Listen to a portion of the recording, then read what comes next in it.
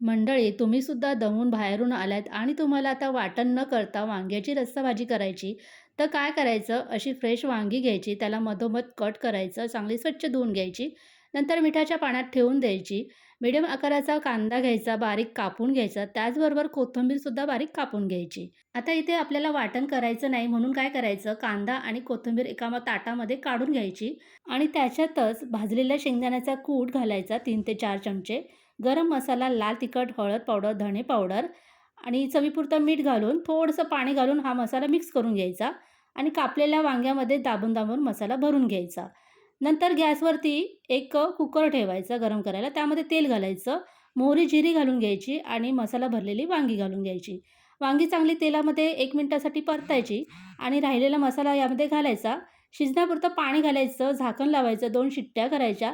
मस्त झणझणीत चमचमीत वांग्याची रस्साभाजी तयार.